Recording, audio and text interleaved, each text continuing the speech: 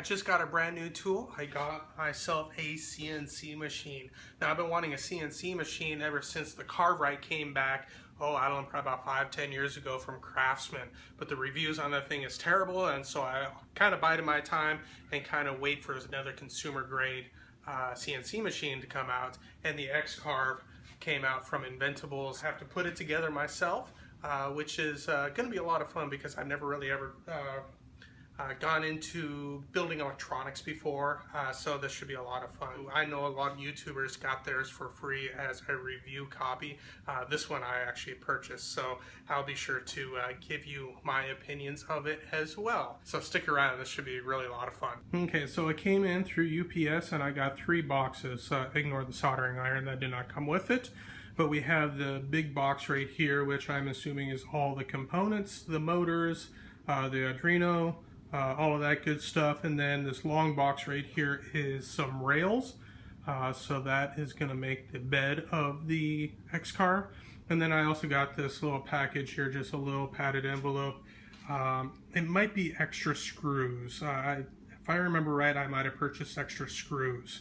So one thing you're not going to see with the XCarve that I ordered is the wasteboard. The wasteboard they wanted on the website for like 130 bucks, but the wasteboard also takes another $100 and some odd in order to mail. I'm like, forget about it. I'll just make my own wasteboard. Okay, so the box is open and everything is packed very, very carefully. Lots of bubble wrap and everything looks like it is nicely and secure. And that's pretty much the same way with the rails. Lots of bubble wrap, everything is really packed, really quite nice. Everything is laid out that came in the boxes, and everything is labeled up very nicely. You got like the power supply, you got stepper motors, your controller. I opted for a DeWalt 611 mount instead of their standard spindle, and then the core components. I also bought their little tool kit that comes with all the tools used to assemble everything, and of course over there is the rails.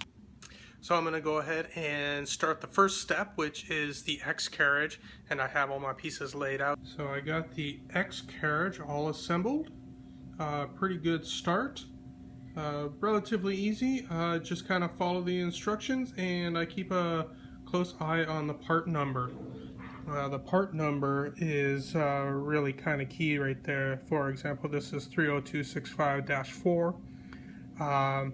They refer to that a lot in the instructions. So pieces look very similar. So you really got to pay attention to those part numbers. Okay, so I finished the Y plates. There was 2 of them, and they're basically just mirror images of each other. And went together pretty well. The next step is to put together the gantry, and that's when it starts taking shape and starting to look a little bit more like a CNC machine. I got the gantry done, and we got the X Carriage, and it's sliding pretty nicely along these rails. So the next step is to put together the Y rails. Okay, so I got the Y-axis and carriage all assembled, and everything is moving smoothly. So I was able to put the belts on the stepper motors and have them completely tensioned, and right over here on this end over here you have kind of a screw that you could kind of tighten the bolt to add tension to the belts. The same thing goes up here on this this X Carriage, I guess. Right over here we have the stepper motor, and the belt comes down there and then runs along the end here, and then on this end here, I guess it's on the other end, I have the tensioning. Okay, so this is where I'm going to call it quits today, and I was able to get the belts put on, and it's all tensioned and ready to go. So I'm outside because the kids are in the garage playing Legos, so I thought I'd come out here and give you a quick update. This is yet another weekend that I'm able to work on it. Fall is certainly in the air. You can start feeling it. I gotta wear my jacket, so hopefully I'll have a full 2 day, well, not a full 2 days, but I have 2 days to actually work on this XCarve. Okay, so I got my Z-axis put in, and it looks like it was a pretty simple thing. There's a bearing up here and the rails, and I also added the little limit switch So that was pretty straightforward. Okay, so I just installed the drive rod, and that's what this is too. And I added a, I don't know what you would call that, maybe your pulley there. This was a little bit tricky because I had to get this threaded nylon nut onto this rod. And the way they described to do it was a little bit difficult, so I ended up having to use a pair of pliers to kind of hold on to this bit while I tightened it down. But I got her, and it seems to work pretty well. Now I have to add the Z-axis stepper motors, and that will drive this this drive rod and move the router up and down. Okay, so I got the stepper motor mounted. That's right here, and it comes up to a pulley here that drives my drive rod, which this is probably where the router will mount to and work the router up and down. So that was a pretty easy step, so let's move on to the next. I just got done with some of the wiring, and it's mostly just running wires and connecting these terminal blocks, and it was all pretty easy. It's just mostly just matching up the colors, and so we have all the wires run through everything, and then the next step would be to put together the drag chain. Now, one thing that we did have to do is do a little bit of soldering here. I did on these limit switches.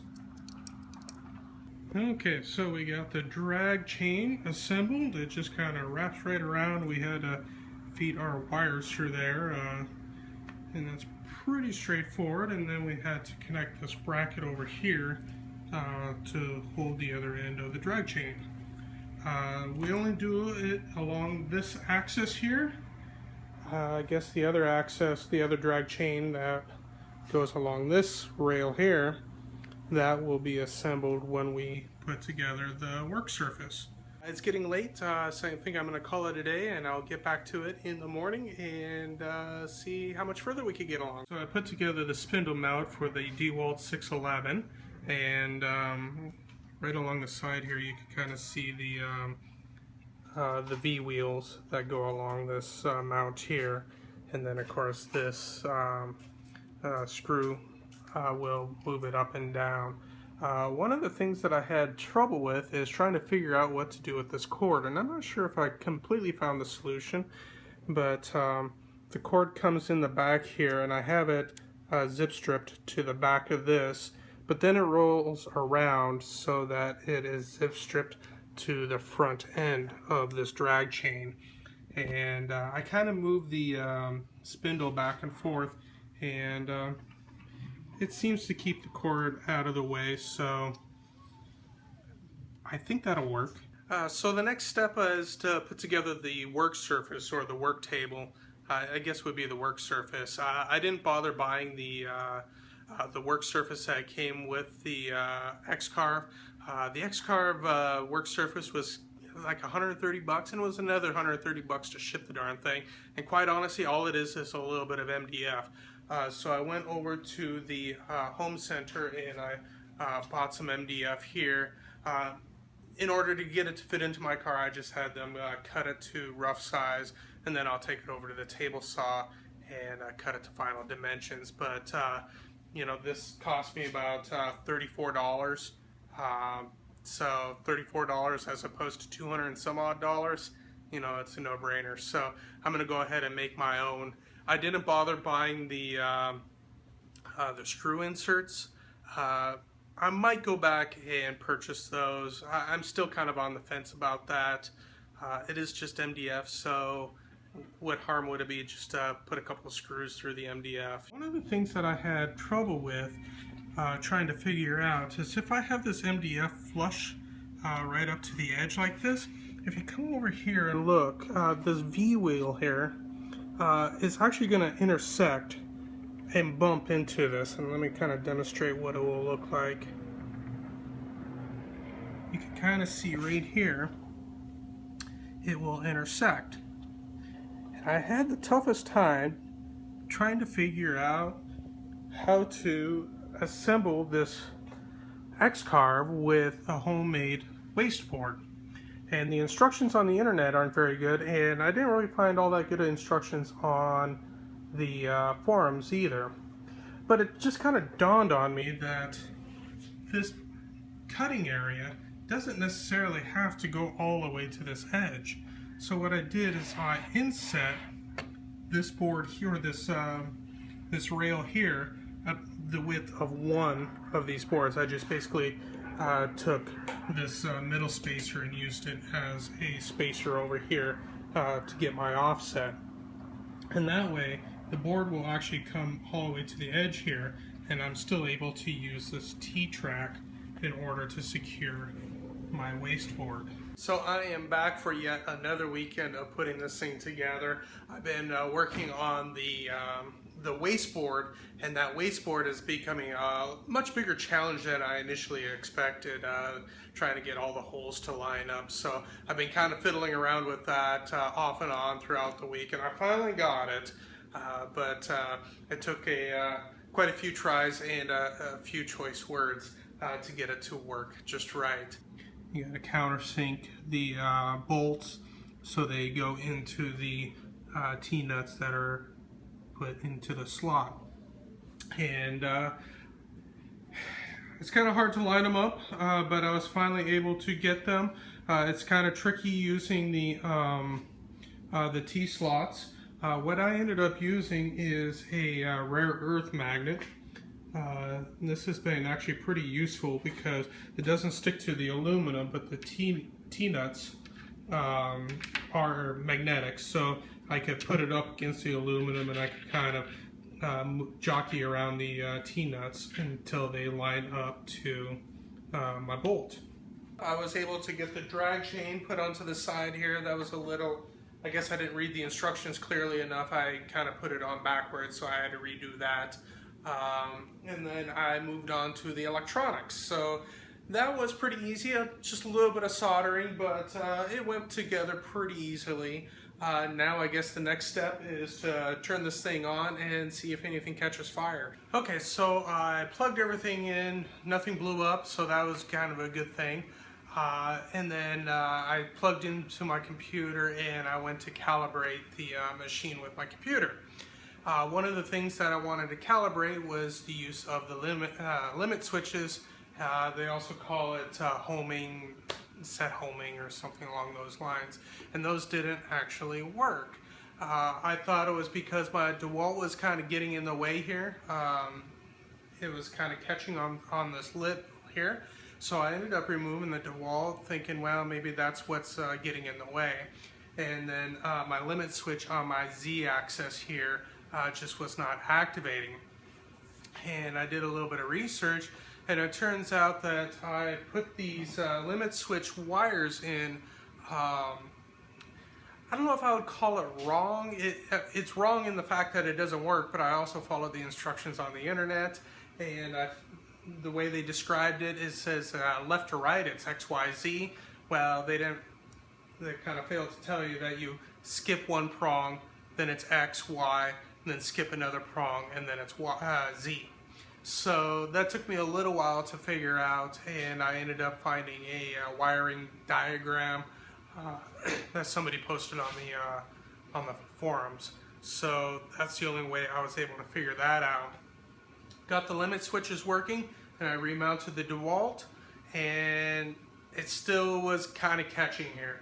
So I don't know if you could see this. I'll give it a little bit kind of a close-up, but I ended up, there's like a little lip here that had like the serial number.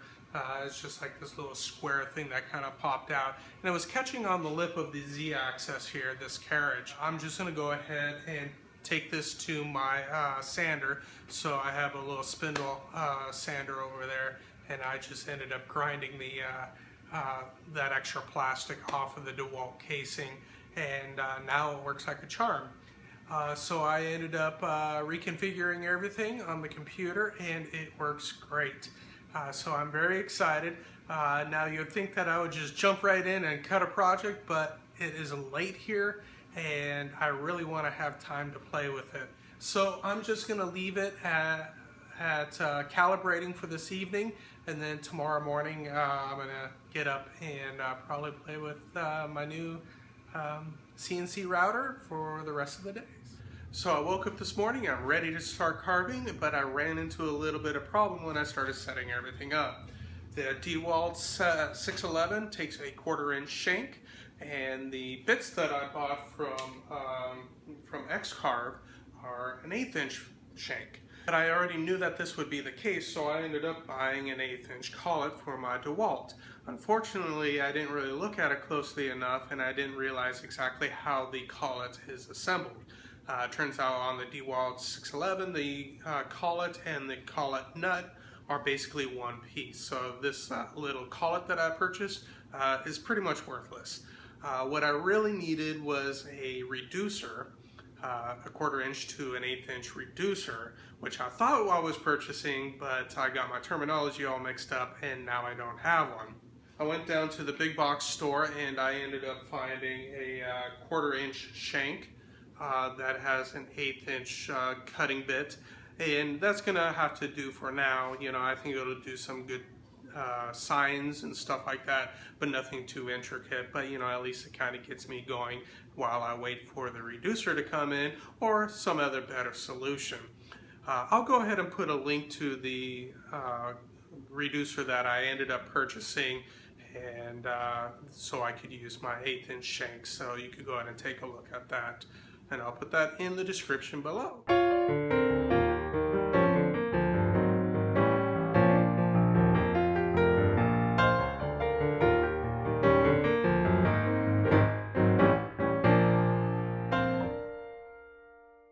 So I was finally able to play with my CNC machine, so naturally the maiden voyage would be a sign, so that's exactly what I made. And I think it turned out pretty good. It was a little off-center, but it's kind of a learning experience, and it was a whole heck of a lot of fun to watch it get cut. The CNC took me quite a long time. What is about 4 weekends? It took me about a month to put together. I only work on the weekends, a few hours at a time, and quite honestly, I'm a little slow when it comes to this kind of stuff. I usually take my time and double check all of my work as much as I can, and it went together relatively smoothly. I didn't really run into any major hiccups, nothing that I couldn't figure out on my own, and it was a lot of fun to put the thing together. It's something I've never done before, especially working from a kit or any electronics or anything like that, so this was a lot of fun and a great experience, so I really enjoyed that. So that's basically what I have. I'm really happy that I got it. So you can probably expect some more CNC videos from me in the near future. Thanks for watching. You could find me over on my website at byTravis.com. You could also find me on Facebook, Pinterest, and Instagram. So check me out there. Thanks for watching, and I'll see you next time.